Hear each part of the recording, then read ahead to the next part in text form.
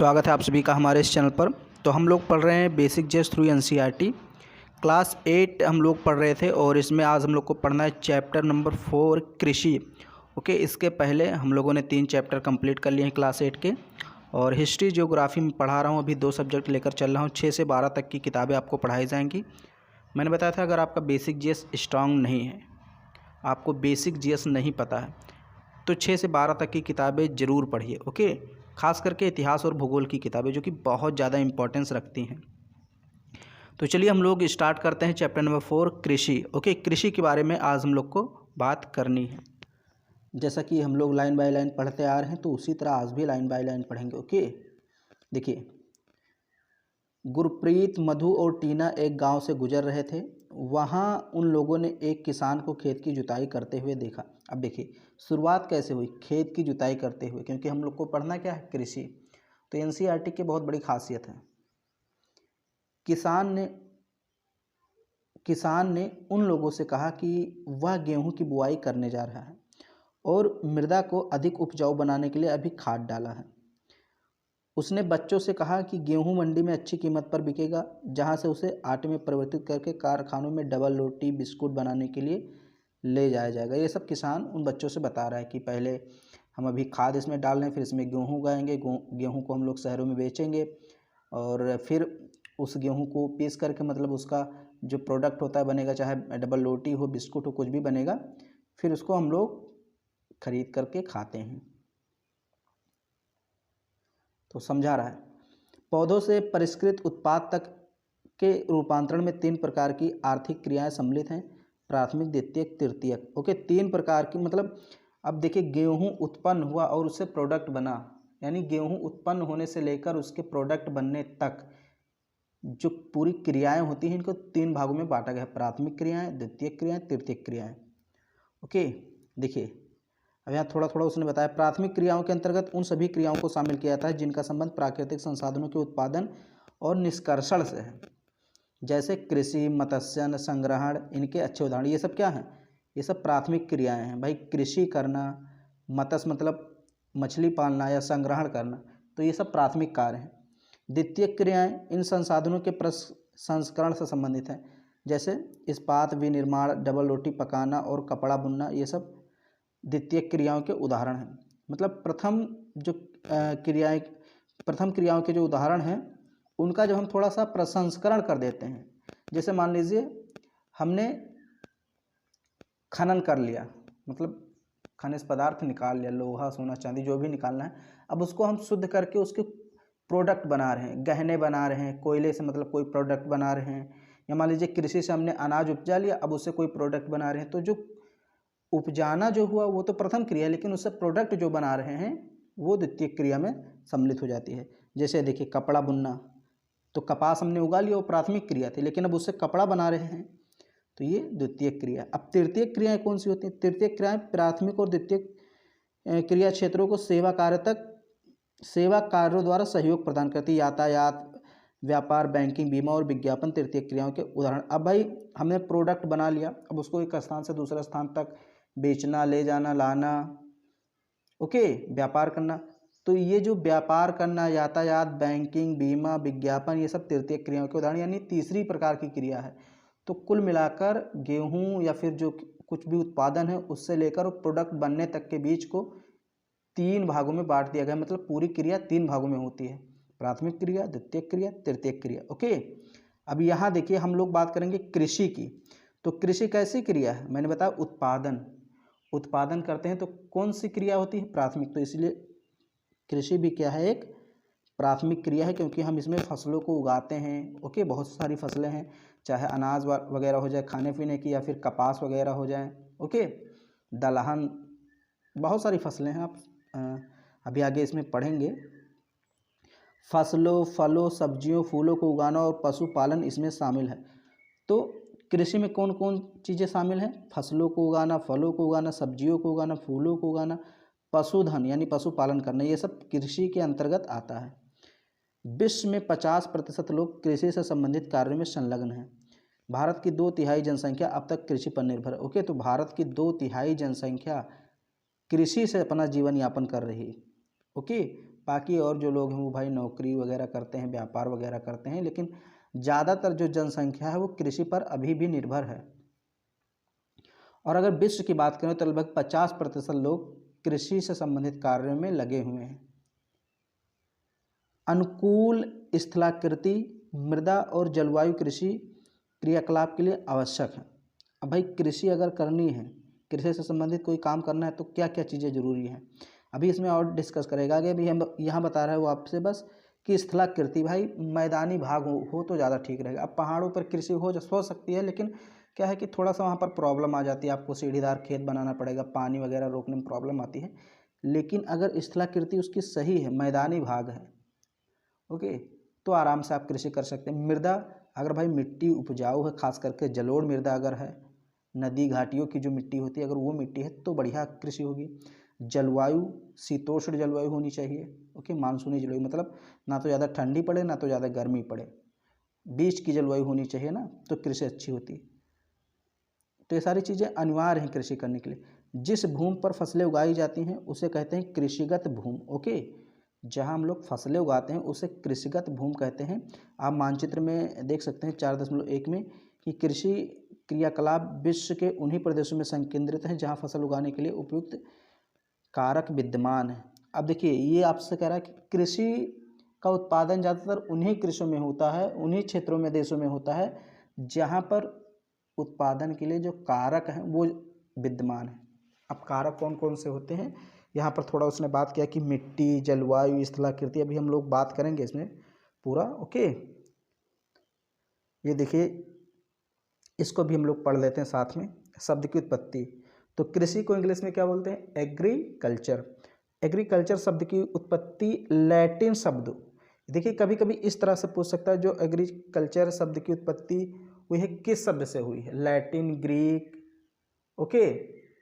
तो ऐसे आप याद रखिए कि लैटिन शब्द है एगर, एक लैटिन शब्द है एगर या फिर एग्री, इसी से उत्पन्न हुआ। इसका अर्थ होता है मृदा और कल्चर का अर्थ होता है कृषि करने की पद्धति।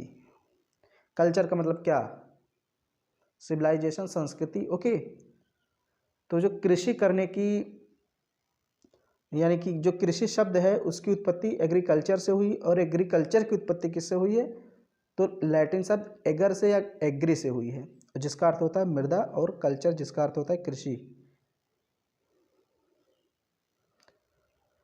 इसको आप एक दो बार और पढ़िए तब आपको बेहतर ढंग से समझ में आएगा। अब यहाँ देखिए ये मानचित्र है जो मैंने अभी आपको पढ़ा 4.1, तो देखिए यहाँ पर मतलब ये जो हरे रंग का दिखाया गया है ना, हरे रंग का सारा जो पार्ट है ये सब कृषि क्षेत्र हैं। अब देखिए यहाँ अगर हम भारत को विशेषकर देखते हैं तो यहाँ लगभग संपूर्ण भारत में अच्छी कृषि होती है, ओके। अगर हम यहीं पर चाइना को देखें तो यहाँ आप देखिए चाइना को, तो इसके जो ये पूर्वी भाग हैं यहाँ पर कृषि होती है, बाकी ये जो पश्चिमी भाग है यहाँ देखिए सब मरुस्थल है।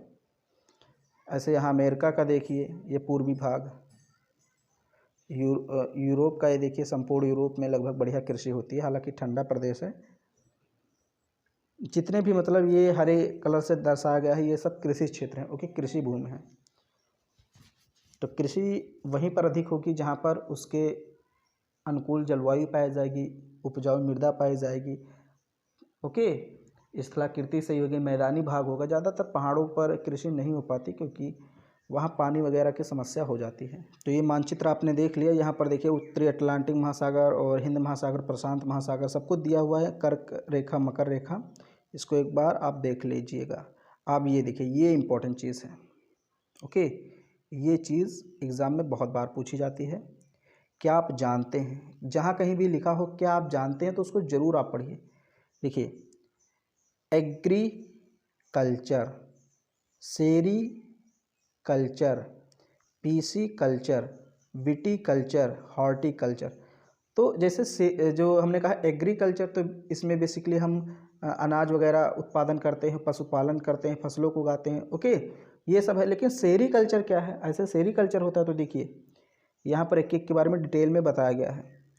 एग्रीकल्चर क्या है, एग्रीकल्चर माने कृषि, जैसे मृदा की जुताई करते हैं, फसलों को उगाते हैं, पशुपालन करते हैं, ओके, और इसको खेती भी कहते हैं, एग्रीकल्चर को खेती भी कहते हैं। तो ये है एग्रीकल्चर यानी कि कृषि। अब यहाँ पर एक है सेरीकल्चर। सेरीकल्चर को इंग्लिश में हिंदी में बोलते हैं रेशम उत्पादन।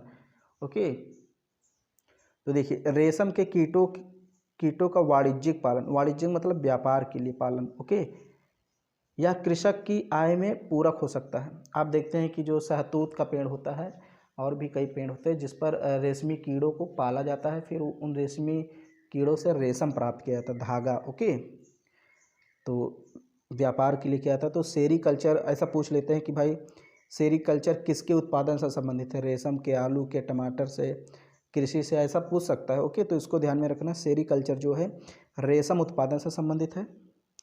फिर यहाँ इम्पोर्टेंट है एक चीज़ और, पिसीकल्चर जो मत्स्य पालन से संबंधित है, विशेष रूप से निर्मित तालाबों और पोखरों में मत्स्य पालन। ओके, आप देखते हैं गाँव में या कहीं सागरों में आप देखेंगे कि मछली पाला जाता है स्पेशल, वो नदियों में पाया जाता है वो तो बात अलग है, कहीं कहीं मछली पाला जाता है, उसमें लाते हैं, मतलब छोटी छोटी मछलियों को छोड़ा जाता है तालाब में, बड़ी होती हैं, फिर उनको बेचा जाता है। ओके, तो ये है पिसीकल्चर जिसको मत्स्य पालन कहते हैं। विटीकल्चर द्राक्षा कृषि इसको बोलते हैं, अंगूर की खेती से संबंधित होता है, अंगूर की खेती को कहते हैं विटीकल्चर। Okay, witty. फिर यहाँ पर हॉर्टिकल्चर है, उद्यान कृषि, वाणिज्यिक उपयोग के लिए सब्जियाँ, फल फूलों को उगाना, ये सब हॉर्टिकल्चर, मतलब फल फूल सब्जी इनको उगाते हैं तो इनको रखते हैं हॉर्टिकल्चर के अंतर्गत। ओके, तो ये कुछ कल्चर थे, यानी कुछ कृषि पद्धतियाँ थीं, उसके बारे में बताया मैंने। अब यहाँ है कृषि तंत्र।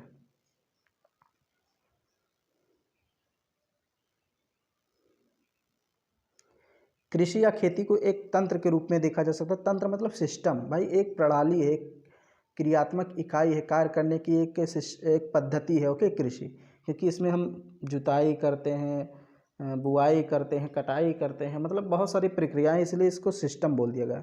देखिए आगे कहा, इसके महत्वपूर्ण निवेश जैसे बीज, उर्वरक, मशीनरी और श्रमिक हैं। अब देखिए आगे बोला है जुताई, बुआई, सिंचाई, देखिए सिंचाई, निराई, कटाई, इसकी कुछ संक्रियाएं हैं। संक्रियाएं मतलब क्रियाएं। ओके, प्रक्रियाएं। इस तंत्र के निर्गतों के अंतर्गत फसल, ऊन, डेयरी, कुक्कुट मतलब आप कह सकते हैं जो मुर्गी पालन होता है ना, शायद उसी को बोलते हैं कुक्कुट पालन, अंडे वगैरह जिससे मतलब निकालते हैं मुर्गी से, तो उसी से संबंधित है। फिर यहाँ देखिए, यहाँ कुछ उसने प्रक्रम बताया कि भाई कैसे कृषि की जाती है। ये देखिए, निवेश, प्रक्रम, निर्गत। इसका मतलब क्या, निवेश का मतलब हम भर्ती लगाते हैं ना, पहले बीज वगैरह लाते हैं, खाद वगैरह लाते हैं, खेतों में डालते हैं। तो देखिए पहला जो है निवेश का मतलब ये होता है हम कृषि के लिए बीज लाएं, खाद लाएं, कुछ उसमें भर्ती लगाएं, तो ये सिस्टम पहला हो गया। निवेश का मतलब बस इतना ही होता है, हम चीज़ों को खरीद लाएं। ओके, अब प्रक्रम का मतलब होता है पूरा अपना क्रियात्मक काम करना, जैसे खाद हम खरीद ले, अब उसको हम खेत जुता करके उसमें खाद वगैरह डाले, बीज वगैरह बोए, तो ये सब प्रक्रम है। प्रक्रम मतलब क्रिया। ओके, पूरा अपना हमने क्रियाकलाप किया। फिर जब फसल कट गई, हमने सेकेंड स्टेप यानी ये वाला जो सेकेंड है ये पूरा कंप्लीट कर लिया, कटाई तक। ओके, बुआई से लेकर कटाई तक प्रक्रम सेकेंड में आता है। अब हमने कटाई कर लिया, बोरे में पैक कर लिया एकदम उसको, अब हम उसको ले गए बाज़ार में बेचने, तो वहाँ से हमको कुछ आय मिली, तो ये हो गया निर्गत। निर्गत का मतलब कुछ हमको मिला, निष्कर्षण हुआ, जिसका कुछ प्राप्त हुआ हमको। ओके, तो देखिए ये मशीनरी वगैरह है ना, मतलब ट्रैक्टर या जो भी कृषि क्षेत्र में उत्पादन में काम आते हैं वैसे यंत्र, बीज, रसायन, ये सब भर्ती उसने लगाया। फिर इसने जुताई, बुआई, छिड़काई किया, फिर फसलों को काटा। ओके, अब यहाँ देखिए इधर भी दिया गया है भौतिक निवेश भी होता है। तो ये तो भाई जो हम लोग मानव लोग करते हैं वो चीज़ है, लेकिन भौतिक निवेश भी होता है, जैसे सूर्य का प्रकाश, वर्षा, तापमान, मृदा ढाल। अब ये कुछ निवेश ऐसे होते हैं जो स्वतः होते हैं, प्रकृति करती है। अब हम कहीं से प्रकाश तो ला नहीं सकते, तापमान तो ला नहीं सकते, मृदा तो ला नहीं सकते। ओके, तो ये सब स्वतः होता है। अब देखिए मानवीय निवेश ये है, मानवीय निवेश इसको बोलते हैं। भंडारण, श्रम, मशीनरी, रसायन, ये सब है मानवीय निवेश, क्योंकि ये मानवीय काम है। मतलब भंडारण इकट्ठा करना, श्रम मतलब मेहनत करना, मशीनरी का मतलब यंत्रों का प्रयोग करना, रसायन मतलब कीटों को डालना, सॉरी कीटनाशकों को डालना या जो खाद वगैरह उनको डालना, तो ये सब मानवीय निवेश है। और ऊपर यहाँ पर भौतिक निवेश है। कृषि के प्रकार, लेकिन उसके पहले चलिए हम लोग यहाँ पर पढ़ लेते हैं। कृषि का एक प्रकार यहाँ पर भी दिया है, जैविक कृषि क्या है। इस प्रकार की कृषि में रासायनिक खादों के स्थान पर जैविक खाद और प्राकृतिक पीड़कनाशक का उपयोग किया जाता है।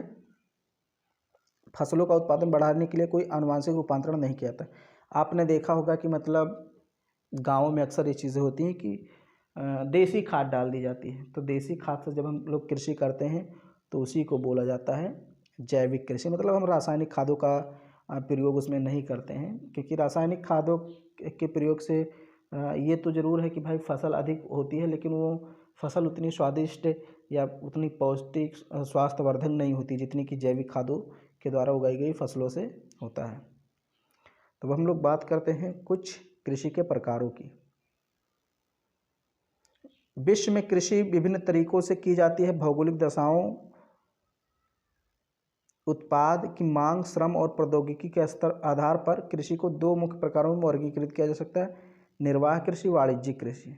वैसे तो कृषि की कई पद्धतियां हैं, लेकिन यहाँ पर आपको कुछ उसने पद्धति बताई है, जो भी हैं 5-6, ओके, ज़्यादा नहीं बताया है। जैसे निर्वाह कृषि क्या होता है।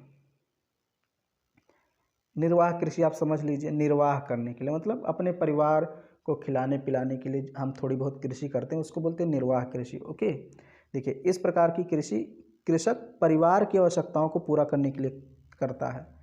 ओके, इस प्रकार की कृषि कृषक परिवार की आवश्यकताओं को पूरा करने के लिए की जाती है। पारंपरिक रूप से कम उपज प्राप्त करने के लिए निम्न स्तरीय प्रौद्योगिकी और पारिवारिक श्रम का उपयोग किया जाता है।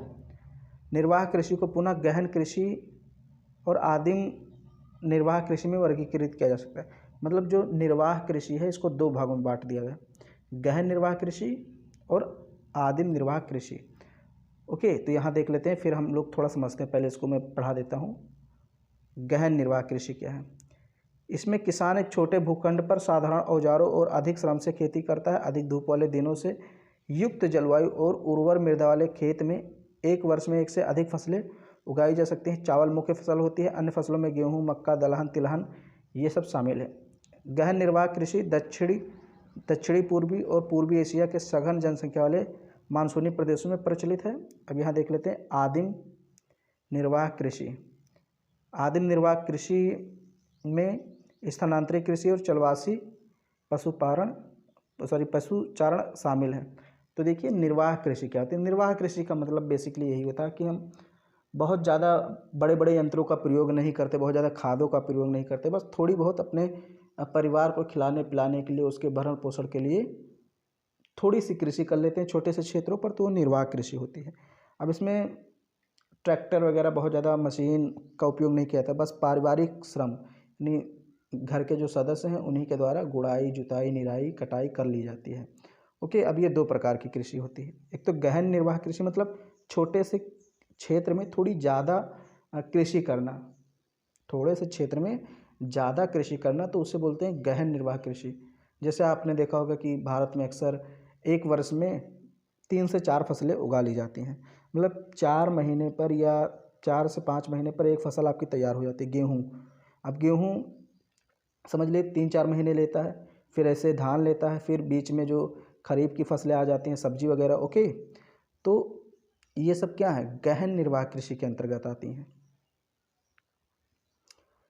आदिम निर्वाह कृषि में है स्थानांतरित कृषि और चलवासी पशुचारण।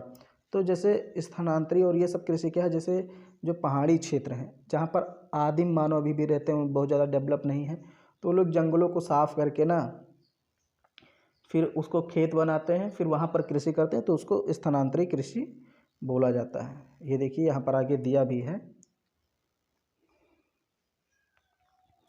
स्थानांतरित कृषि अमेजन बेसिन के सघन वन क्षेत्रों, उष्णकटिबंधीय अफ्रीका, दक्षिणी पूर्वी एशिया और उत्तरी पूर्वी भारत। उत्तरी पूर्वी भारत मतलब जहाँ पहाड़ी क्षेत्र है। आप देखिए पूर्वोत्तर जो है वो काफ़ी ज़्यादा पहाड़, वहाँ पर जंगल है। तो स्थानांतरित कृषि ज़्यादातर आप कह सकते हैं कि जो पर्वतीय भाग होते हैं वहीं पर की जाती हैं। ये भारी वर्षा और वनस्पति के तीव्र पुनर्जनन वाले क्षेत्र हैं। वृक्षों को काट कर, देखिए, वृक्षों को काट कर और जलाकर भूखंड को साफ किया जाता है, तब राख को मृदा में मिलाया जाता है तथा मक्का, रतालू, आलू, कसावा जैसी फसलों को उगाया जाता है। भूमि की उर्वरता की समाप्ति के बाद वह भूमि छोड़ दी जाती है और कृषक नए भूमि पर चला जाता है। स्थानांतरित कृषि को कर्तन एवं दहन कृषि के रूप में भी जाना जाता है। तो इसको कर्तन एवं दहन कृषि भी कहते हैं। क्यों? कर्तन का मतलब काटना, दहन का मतलब जलाना, यानी कि पेड़ पौधों को काटते हैं किसी जंगल के समीप जा करके, फिर उनको जला देते हैं। काटने के बाद जो राख होती है उसको मिट्टी में मिला करके खाद के रूप में फिर वहाँ पर कृषि की जाती है। कुछ दिन बाद वो खेत जो है अनुपजाऊ हो जाता है, उत्पादन क्षमता उसकी मर जाती है, मृत हो जाती है। फिर हम दूसरे जगह पर जाते हैं, जंगलों को साफ करते हैं, फिर वही प्रक्रिया करते हैं। ओके, तो यह स्थानांतरित कृषि, स्थानांतरण होता रहता है। एक जगह कृषि की, उत्पादन क्षमता खत्म हुई, दूसरी जगह गए, तो इसलिए इसको स्थानांतरित कृषि भी कहते हैं। कर्तन दहन मैंने बता ही दिया कि काटा जाता है और जलाया जाता है। फिर मैंने यहाँ पर देखिए निर्वाह कृषि में एक मैंने बताया था चलवासी पशुचारण, तो इसके बारे में समझ लेते हैं थोड़ा सा। लेकिन उसके पहले, समझने के पहले यहाँ पर देख लीजिए, ये जो स्थानांतरित कृषि है अलग अलग क्षेत्रों में इसके अलग अलग नाम हैं। ओके, जैसे झूमिंग, उत्तरी पूर्वी भारत में इसको झूमिंग बोलते हैं, मैक्सिको में मिल्पा बोलते हैं, ब्राज़ील में रोका, लदांग मलेशिया में बोलते हैं। मलेशिया में स्थानांतरित कृषि को लदांग बोलते हैं, लदांग। ब्राज़ील में रोका, मैक्सिको में मिल्पा। झूमिंग कृषि उत्तर प्रदेश यानी कि उत्तरी पूर्वी भारत में, यानी कि जो असम, मेघालय, नागालैंड, यहाँ पर जो है इसको हम बोलते हैं झूमिंग कृषि। हालांकि भारत में भी अलग अलग राज्यों में अलग अलग नाम है, अभी आगे इसमें दिया नहीं होगा। ओके, तो जितना दिया हम लोग उतना ही पढ़ते हैं। फिर है चलवासी पशुचारण। सहारा के अर्ध शुष्क, सहारा मरुस्थल कहाँ है? मैंने आपको पढ़ाया था, सहारा मरुस्थल अफ्रीका में है। ओके, सहारा मरुस्थल के यानी सहारा के अर्ध शुष्क और शुष्क प्रदेशों में मध्य एशिया और भारत के कुछ भागों जैसे राजस्थान तथा जम्मू कश्मीर में प्रचलित है चलवासी पशुचारण विधि। ओके, इस प्रकार की कृषि में पशुचारक अपने पशुओं के साथ चारे और पानी के लिए एक स्थान से दूसरे स्थान पर निश्चित मार्गों में घूमते हैं। इस प्रकार की गतिविधि जलवायु बाधाओं और भूभाग की प्रतिक्रिया स्वरूप होती है। पशुचारक मुख्यतः भेड़, ऊंट, मवेशी, याक, बकरियां पालते हैं। ये पशुचारकों और उनके परिवारों के लिए दूध, मांस, ऊन, खाल, अन्न उत्पाद उपलब्ध कराते हैं। तो यहाँ पर आप देख सकते हैं ये लोग मतलब घूमते रहते हैं, जहाँ कहीं भी इनको जलवायु थोड़ी सी अच्छी मिली, मिट्टी अच्छी मिली, वहीं पर कृषि कर लेते हैं। फिर ये अपने जानवरों को लेकर चल देते हैं और अलग ऐसे मतलब चलते रहते हैं, इसलिए इनको चलवासी बोलता है। ये कहीं निश्चित स्थान पर रुकते नहीं। ओके, और इन्हीं चीज़ों से ये जो इनके साथ जंगली मतलब इनके साथ जो जानवर होते हैं, चाहे बकरी हो, भेड़ हो, या फिर जो भी है इनके साथ ऊँट वगैरह, उनके साथ मतलब उन्हीं से लोग दूध वगैरह प्राप्त करते हैं, चमड़ा वगैरह प्राप्त करते हैं। ओके, एक प्रकार से ये भी आदिम टाइप की कृषि होती है, बट ये चलवासी होते हैं। जो आदिम लोग होते हैं वो अपने जंगलों में ही रहते हैं। वाणिज्यिक कृषि, वाणिज्यिक कृषि का मतलब आप सभी लोग जानते हैं, जो व्यापार के लिए कृषि वगैरह की जाती है। ओके, व्यापारिक फसलें होती हैं।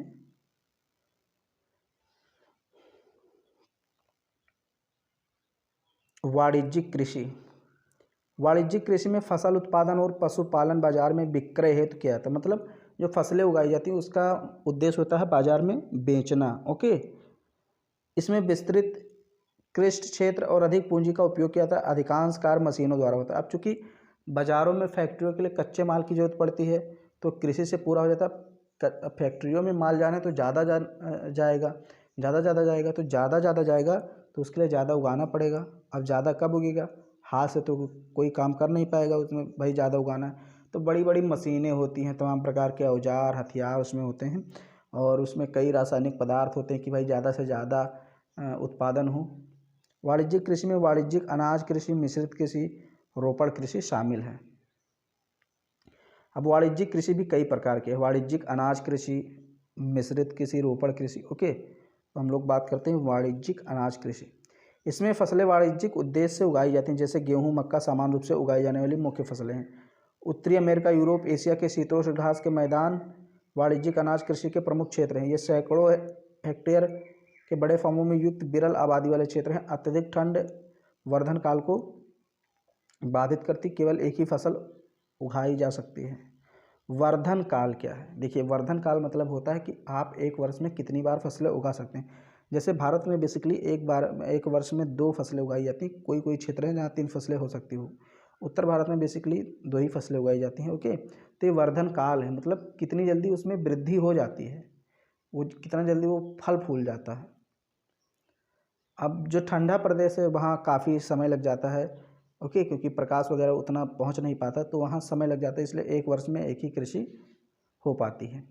तो ये है वाणिज्यिक अनाज कृषि। मतलब हम व्यापार के लिए जब गेहूँ, धान का मतलब चावल वगैरह, इनका जब उत्पादन करते हैं बेचने के लिए, ओके, तो ये है वाणिज्यिक अनाज कृषि। देखिए, अनाज का मतलब क्या होता है? गेहूँ, दाल, चावल, यही सब।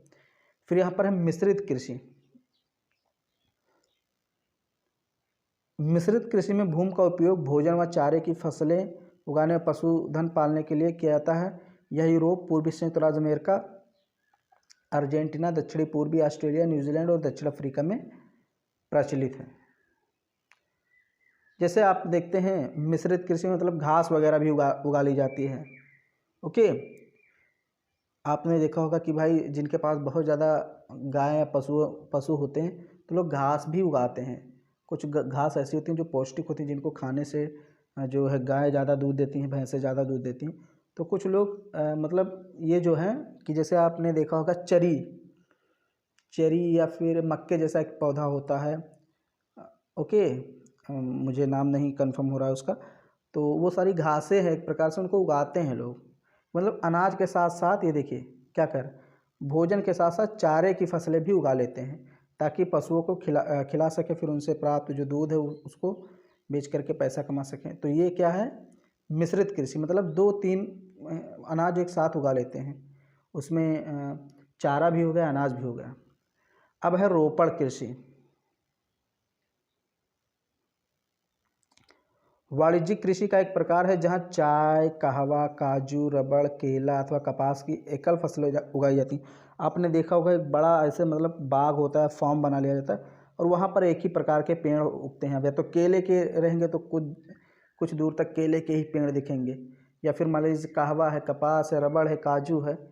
तो इस प्रकार की जो कृषि होती है इसको बोलते हैं रोपड़ कृषि।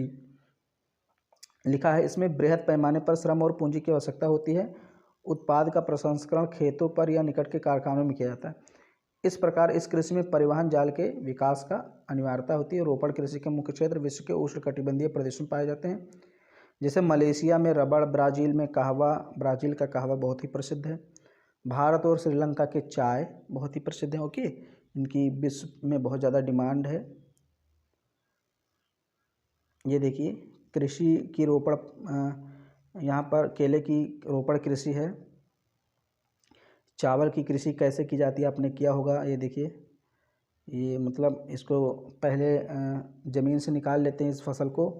पहले हम धान बोते हैं ऐसे, फिर इसको निकाल करके फिर खेतों की सही से मतलब व्यवस्थित करके खेतों को पानी वगैरह डाल करके फिर उसको रोपते हैं। ओके, तो ये देखिए, और ये देखिए गेहूं का शस्य कर्तन। ये देखिए मशीनों से इसकी कटाई भी हो रही है गेहूं की। ओके, अब तो कई प्रकार के औजार आ गए। बाजरे, हाँ ये देखिए जो मैं आपको कह रहा था ना कि मतलब गायों के लिए चारे के रूप में, तो बाजरा वगैरह जो है ये भी गायों को कहीं ना कहीं चारे के रूप में इसकी कृषि की जाती है। अब हम लोग मुख्य फसलों की बात कर लेते हैं कुछ यहाँ पर। ओके, एक दो जो भी यहाँ पर फसलें हैं, दाल, चावल, गेहूँ। बढ़ती हुई जनसंख्या की आवश्यकताओं को पूरा करने के लिए विविध प्रकार की फसलें उगाई जाती हैं। ये फसलें कृषि आधारित उद्योगों के लिए कच्चे माल की आपूर्ति करती हैं। मतलब कुछ उद्योग ऐसे होते हैं जो कृषि पर एकदम निर्भर होते हैं, तो उनको कच्चा माल कृषि से ही प्राप्त होता है, जैसे गेहूँ, चावल, मक्का, बाजरा, जूट, कपास, रेशेदार फसलें, चाय, कहवा। अब ये सब जाते हैं भाई, गेहूँ वगैरह जाता है तो इसी से ब्रेड, बिस्किट वगैरह बनता है। ओके, चावल की बात यहाँ पर देखिए कह रहा है पहले सबसे, यह विश्व की मुख्य खाद्य फसल है, खाद्य मतलब खाने के लिए, ओके। यह उष्णकटिबंधीय और उपोष्णकटिबंधीय प्रदेशों का मुख्य आहार है। चावल के लिए उच्च तापमान, अब ये देखिए चावल के लिए क्या क्या जरूरी है, उच्च तापमान, अधिक आर्द्रता एवं वर्षा की आवश्यकता होती है।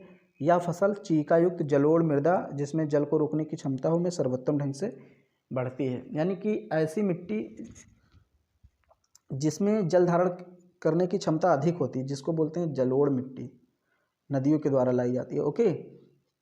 या फिर चीका युक्त मिट्टी इसको बोलते हैं। तो इस टाइप की मिट्टी में जो है धान की कृषि बहुत ज़्यादा होती है। चीन चावल उत्पादन में अग्रणी है। इसके बाद भारत, जापान, श्रीलंका, मिस्र है। अनुकूल जलवायविक दशाओं जैसे पश्चिमी बंगाल और बांग्लादेश में एक वर्ष में 2 से 3 फसलें उगाई जाती हैं।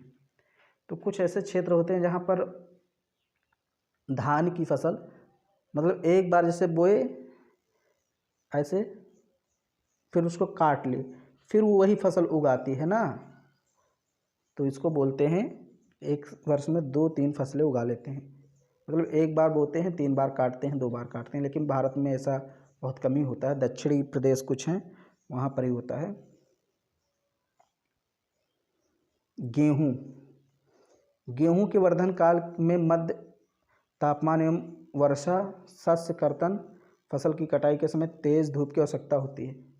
मतलब बहुत ज़्यादा बरसात की ज़रूरत नहीं है, 50 से 75 सेंटीमीटर के बीच वर्षा हो, तापमान न तो ज़्यादा कम रहे ना बहुत ही अधिक रहे, मतलब लिमिटेड रहे, औसत रहे, वर्षा भी ज़्यादा ना हो, और फसल की कटाई के समय तापमान थोड़ा सा ज़्यादा होना चाहिए जब फसल कटने का समय, ताकि गेहूँ ना थोड़ा सूख जाए। इसका विकास सुअपवाहित दोमट, ये देखिए यहाँ दोमट लिखा है, तो दोमट का है या दोमट, दोमट मिट्टी आपने सुना होगा। तो दोमट मिट्टी गेहूँ के लिए बहुत ज़्यादा उपजाऊपन, उत्पादन क्षमता बढ़ाती बहुत ज़्यादा जरूरी होती है। गेहूँ संयुक्त राज्य अमेरिका, कनाडा, अर्जेंटीना, रूस, यूक्रेन, ऑस्ट्रेलिया, भारत में विस्तृत रूप से उगाया जाता है। भारत में या शीत ऋतु में उगाया जाता है, ओके। भारत में ये जो गेहूँ है ये शीत ऋतु में उगाया जाता है। ग्रीष्म ऋतु में कौन सी फसल उगाई जाती है, ग्रीष्म ऋतु में और वर्षा काल में ज़्यादातर फसलें जो आपकी फसलें होती हैं खरीफ की फसलें, ओके, वो सब उगाई जाती हैं, जैसे धान हो गया और उसके साथ में जो फसलें उगाई जाती हैं।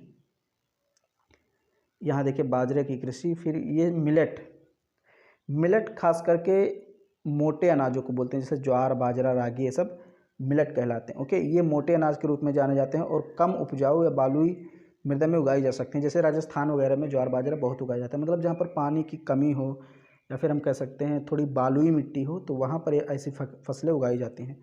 ये फसलें कम वर्षा और उच्च से मध्यम तापमान तथा पर्याप्त सूर्य प्रकाश की आवश्यकता होती। ज्वार, बाजरा और रागी भारत में उगाई जाती हैं।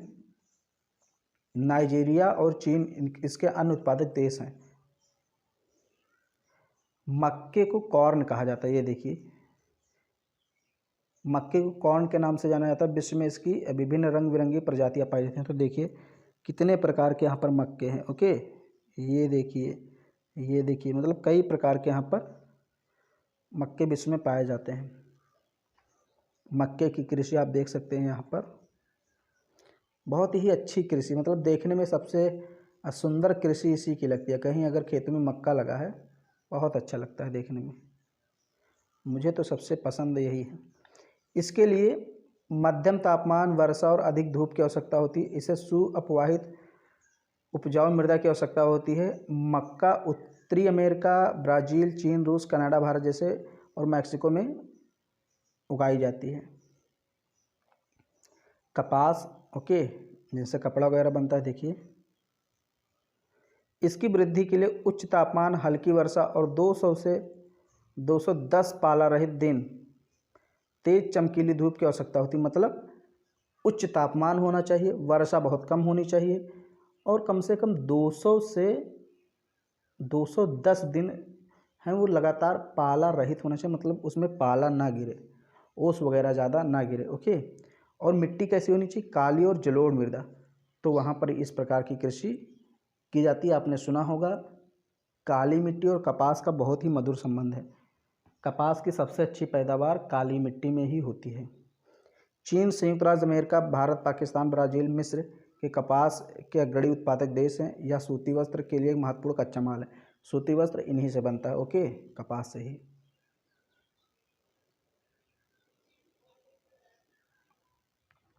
पटसन, इसको सुनहरा रेशा भी कहते हैं। यह जलोढ़ मृदा में अच्छे ढंग से विकसित होती है और इसे उच्च तापमान, भारी वर्षा, आर्द्र जलवायु की आवश्यकता होती है। यह फसल उष्णकटिबंधीय क्षेत्रों में उगाई जाती है। भारत, बांग्लादेश पटसन के अग्रणी उत्पादक देश है। सबसे ज़्यादा पटसन वैसे अगर देखें तो बांग्लादेश में उगाई जाती है, ओके। लेकिन अब चूँकि भारत बहुत बड़ा क्षेत्र है तो इसलिए अगर हम मात्रा में देखेंगे तो भारत ही है। काफ़ी की कृषि देख लीजिए। इसके लिए गर्म एवं आर्द्र जलवायु और सुअपवाहित दोमट मिट्टी की आवश्यकता होती है। तो काफ़ी, गेहूँ, इसके लिए दोमट मिट्टी की आवश्यकता होती है। इस फसल की वृद्धि के लिए पर्वतीय ढाल अधिक उपयुक्त होता है। ब्राज़ील कॉफ़ी अग्रणी उत्पादक देश है। देखिए, ब्राज़ील कॉफ़ी का अग्रणी उत्पादक देश है। इसके बाद कोलंबिया और भारत का स्थान है। तो सबसे ज़्यादा बढ़िया और सबसे अधिक मात्रा में कॉफ़ी जो उत्पादन होता है वो ब्राज़ील में ही होता है, आप सभी लोग जानते हैं। ब्राज़ील कॉफ़ी के लिए प्रसिद्ध है। फिर यहाँ देखिए, कॉफ़ी के पौधों की खोज किसने की, इसके बारे में रोचक तथ्य दिया हुआ है, इसको पढ़ लेते हैं।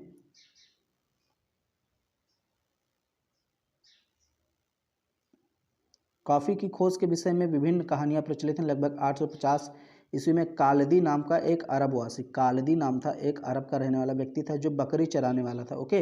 अपनी बकरियों की अनोखी उछल कूद और हरकतों को देखकर परेशान था। एक दिन उसने भी सदा रहित पौधों की फलियों को चक्कर देखा जिन्हें उसकी बकरियां प्रतिदिन खाया करती थी। मतलब इसकी बकरियां चली जाती थी दूसरा स्थान पर और वहाँ कुछ चीज़ें खाया करती थी, ओके। तो एक दिन ये बकरियों का पीछा करते हुए गया, कालदी नामक जो व्यक्ति था, ये गया और फिर जब देखा कि बकरियां खा रही तो इसने भी खाया, तो उसको अच्छा लगा, ओके। प्रतिदिन खाया करती थी। उसे आनंद के भाव का अनुभव करने के बाद अपनी खोज के विषय में संसार को बताया। तब उसको अच्छा लगा तो उसने बताया कि एक नई चीज़ की खोज हो गई, ओके। चाय की बात कर लेते हैं। बागानों में उगाई जाने वाली एक पेय फसल है, मतलब पेय मतलब पीने वाली। इसकी कोमल पत्तियों की वृद्धि के लिए ठंडी जलवायु, वर्ष भर समवितरित उच्च वर्षा की आवश्यकता होती है। इसके लिए सुअपवाहित दोमट मृदा और मंद ढाल की आवश्यकता होती है। पत्तियों को चुनने के लिए अधिक संख्या में श्रमिकों की आवश्यकता होती है। देखिए, पत्तियों को चुना जा रहा है क्योंकि इसकी पत्तियां ही मुख्य भाग होती हैं पीने के लिए। इन्हीं को मतलब सुखा करके फिर उसकी चाय पत्ती बनाई जाती है। कृषि का विकास। कृषि का विकास संबंध बढ़ती जनसंख्या की बढ़ती मांग को पूरा करने के लिए कृषि के उत्पादन को बढ़ाने की दिशा में एक प्रयासों में से एक है। यह कई तरीकों से प्राप्त किया जा सकता है, जैसे बोए गए क्षेत्र में विस्तार करके, बोई जाने वाली फसलों की संख्या बढ़ा करके, सिंचाई सुविधाओं में सुधार करके, उर्वरकों और उच्च उत्पादन देने वाले बीजों का प्रयोग करके। भाई, कृषि विकास कैसे किया जा सकता है? बहुत सारे तरीके हैं। हम जो है कृषि क्षेत्रों का विस्तार कर दें, बोई जाने वाली फसलों की संख्या बढ़ा दें, सिंचाई सुविधा कर दें, ओके। उर्वरक यानी रासायनिक जो खादें हैं उनका प्रयोग करें, अधिक उपज देने वाले बीजों का प्रयोग करें, ओके। तो ये सारी चीज़ें करते हैं। या फिर मशीनीकरण का उपयोग करें, मशीनों का बड़े बड़े जैसे जो अधिक मात्रा में कृषि की जाती है ना, तो वहाँ पर बड़े बड़े उपकरण होते हैं और ट्रैक्टर वगैरह होते हैं, तो उनका उपयोग करेंगे तो हम कृषि का विकास कर सकते हैं। कृषि का विकास विश्व के विभिन्न भागों में विभिन्न गतियों से हुआ, ओके भाई। कोई कोई भाग है जहाँ कृषि का विकास बहुत तेज़ी से हुआ, कोई कोई देश ऐसा है जहाँ पर बहुत धीमी गति से हो रहा है। अधिक जनसंख्या वाले विकासशील देश अधिकतर गहन कृषि करते हैं। जो विकासशील देश हैं वो गहन कृषि करते हैं। मैंने बताया ना कि अपने भरण पोषण के लिए, परिवार के लिए कृषि करते हैं। जहाँ छोटी जोतों पर समानतः जीविकोपार्जन, देखिए जीविकोपार्जन मतलब अपने परिवार को खिलाने पिलाने के लिए फसलें उगाई जाती हैं। बड़ी जोतें वाणिज्यिक कृषि के लिए अधिक उपयुक्त होती है। अब जो बड़े बड़े खेत हैं वो व्यापारिक कृषि मतलब वाणिज्यिक कृषि के लिए उपयोग किए जाते हैं, ओके। जैसे संयुक्त राज्य अमेरिका, कनाडा, यहाँ पर वाणिज्यिक कृषि की जाती है, मतलब व्यापारिक स्तर पर कृषि की जाती है, ओके। बड़े बड़े खेत होते हैं, उसमें बड़े बड़े हथियार, औजार, मशीनें, ज़्यादा मात्रा में रासायनिक खादों का प्रयोग किया जाता है। मतलब मानवीय श्रम बहुत कम होता है, ज़्यादातर काम मशीनों से ही होता है। तो ये कहाँ कहाँ है? अमेरिका, कनाडा, ऑस्ट्रेलिया में। अब हम दो फार्मों, एक भारत और संयुक्त राज्य अमेरिका के वस्तुस्थिति अध्ययनों की सहायता से विकासशील और विकसित देशों के विषय में जाने। यहाँ पर मतलब वो बता रहा है कि विकसित देशों में कृषि कैसी होती है, विकासशील देशों में कृषि कैसी होती है। चलिए थोड़ा सा हम लोग जानते हैं, यही चीज़ आपको बताना चाह रहा है। देखिए, भारत का एक फॉर्म मतलब कृषि का एक रूप है। ओके, देखिए छोटे छोटे खेत होते हैं, खेत जोतते। अब भाई अगर छोटा खेत ना होता तो ये बैल से जोत पाते। ओके, छोटा खेत है। उत्तर प्रदेश के गाजीपुर जिले में आदिलाबाद एक छोटा सा गांव है। मुन्ना लाल इस गांव का छोटा सा किसान है, जिसके पास 1.5 हेक्टेयर का एक फार्म है। उसका आवास मुख्य गांव में है। वह अधिक उपज देने वाले बीजों को बाजार से वर्षों से एकांतर पर खरीदता है। उसकी भूमि उर्वर है। वह वर्ष में कम से कम 2 फसलें, सामान्यतः गेहूँ और चावल दालें उगा लेता है। मतलब वर्ष में 2 फसलें उगा लेता है सामान्यतः। किसान अपने मित्रों बुजुर्गों के साथ सरकारी कृषि अधिकारियों से कृषि कार्यों के संबंध में सलाह लेता है। वह अपने खेतों की जुताई के लिए भाड़े ट्रैक्टर लेता है। यद्यपि उसके कुछ मित्र अभी भी बैलों से ही खेती करते हैं, जो कि परंपरागत विधि है खेती करने की। क्योंकि समीप के खेत में एक नलकूप है, जिससे वह अपने खेत की सिंचाई के लिए भाड़े पर लेता है। नलकूप मतलब भाई कुछ पैसा दे दिया, वहीं से पाइप वगैरह जोड़ के अपने खेतों की सिंचाई कर लिया, ट्रैक्टर वगैरह को भाड़े पर ले आया। मुन्ना लाल के पास 2 भैंस है, कुछ मुर्गियां भी हैं। वह निकट के शहर में स्थित सहकारी भंडार में दूध बेचता है। वह वहाँ का एक सदस्य है। सहकारी समिति उसके जानवरों के लिए चारे के प्रकार, पशुधन के स्वास्थ्य के सुरक्षात्मक उपाय और कृत्रिम गर्भाधान के संबंध में भी सलाह देते हैं। मतलब जैसे जो गाय वगैरह होती है ना, तो उनका कृत्रिम गर्भाधान कराया जाता है ताकि वो मतलब संतान उत्पन्न कर सकें, बछड़े को उत्पन्न कर सकें। कृषि के विविध कार्यों में परिवार के सभी सदस्य उसकी सहायता करते हैं। कभी कभी वह बैंक या कृषि सहकारी समिति से बीजों की उच्च उपज वाली किस्मों और औजारों को खरीदने के लिए ऋण लेता है। वह अपने उत्पाद को निकट के शहरों में स्थित मंडी में बेचता है। ये सब उसकी कहानी है ना, इसमें क्या समझा दें आपको। अधिकांश किसानों के पास भंडारण सुविधाओं की कमी होती है, इसलिए वे बाजार के अनुकूल न होने पर अपने उत्पादों को बेचने के लिए विवश होते हैं। हाल के वर्षों में सरकार ने भंडारण की सुविधाओं के विकास के लिए कुछ कदम उठाए हैं। ये आप भारत के खेत देख सकते हैं। तो ये भारत की मतलब बात हो गई कि कैसे वहाँ पर कृषि की जाती है, कैसे बेचा जाता है।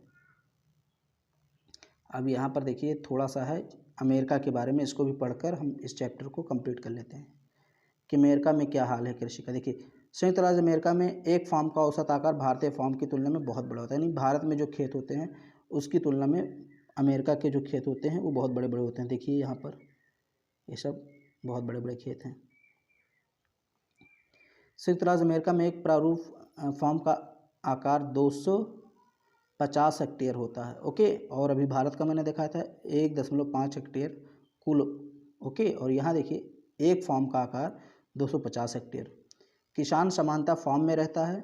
मक्का, सोयाबीन, गेहूँ, चुकंदर यहाँ उगाई जाने वाली मुख्य फसलें। संयुक्त राज्य अमेरिका के मध्य पश्चिम में स्थित आयोवा राज्य के एक किसान का नाम है जो होरन के पास 300 हेक्टेयर भूमि में वो अपने खेत में मक्का तब उगाता है जब वो आश्वस्त हो जाता है कि मृदा और जल संसाधन इस प्रकार की आवश्यकता को पूरा करेंगे। फसल को नुकसान पहुंचाने वाले पीड़कों पर नियंत्रण के लिए पर्याप्त उपाय किए थे। समय समय पर मृदा के नमूनों को मृदा परीक्षण के प्रयोग में जांच के लिए भेजता है, उसमें पर्याप्त पोषक तत्व है या नहीं। ये परिणाम जो होरन को वैज्ञानिक उर्वरक कार्यक्रम की योजना बनाने में मदद करते हैं। मतलब भाई वो जो होरन जो है कृषक अमेरिका का, वो हमेशा जब भी कृषि करता है, जब भी फसलों को उगाता है तो सबसे पहले मिट्टी की जांच कर लेता है। ओके, कि मिट्टी सही है कि नहीं, अधिक उत्पादन होगा कि नहीं। उसको प्रयोगशाला में लेकर जाता है, जांच के लिए भेजता है। ओके भाई, इसमें पोषक तत्व की कमी है तो कौन से पोषक तत्व की कितनी कमी है, कीड़ानाशक चाहिए कि नहीं चाहिए, सब मतलब जांच पड़ताल करके फिर वो कृषि करता है। उसका कंप्यूटर उपग्रह से जुड़ा हुआ है जो उसे खेती के यथार्थ तस्वीर देता है। यह रासायनिक उर्वरकों, कीड़ानाशकों का आवश्यकता अनुसार प्रयोग करने में उसकी मदद करता है। वह ट्रैक्टरों, बीज बोने की मशीनों, समतलक मतलब समतल करने वाला, ओके, ताकि खेतों को बराबर कर दे। संयुक्त हार्वेस्टर, थ्रेशर, हार्वेस्टर मतलब फसलें काटने वाला, थ्रेशर मतलब दाने वाला, जिसको मतलब फसलों को अलग कर देता है उसको थ्रेशर बोलते हैं। ओके, संबंधी विविध संक्रियाओं में काम करता है। अनाज स्वचालित अन्न भंडारों में संचित किए जाते हैं। बाजार अभिकरण यानी मार्केटिंग एजेंसियों में भेजे जाते हैं। संयुक्त राज्य अमेरिका में एक किसान एक व्यवसायी की तरह काम करता है, ना कि खेतीहर किसान की तरह। तो भारत में जो किसान होते हैं भाई, खेतीहर मजदूर जिसे हम बोलते हैं, एक खेती मतलब किसान के रूप में कृषि करते हैं, खेतीहर के रूप में। लेकिन जो अमेरिका में कृषक होते हैं वो वास्तव में कृषक नहीं होते, वो एक व्यापारी होते हैं, मतलब व्यापारिक स्तर पर वो कृषि करते हैं।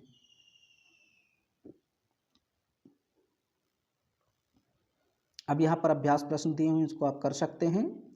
ये आपका चौथा चैप्टर था, कंप्लीट हो गया। इसको एक दो बार आप रीडिंग कर लीजिए। ओके, सारी चीज़ों को, बहुत ही अच्छा चैप्टर था। वीडियो अगर पसंद आए तो उसको लाइक कर दीजिएगा। चैनल पर पहली बार आए हैं तो चैनल को शेयर कर लीजिए, वीडियो को लाइक कर दीजिए, सब्सक्राइब कर लीजिए, सब कुछ आप कर दीजिए।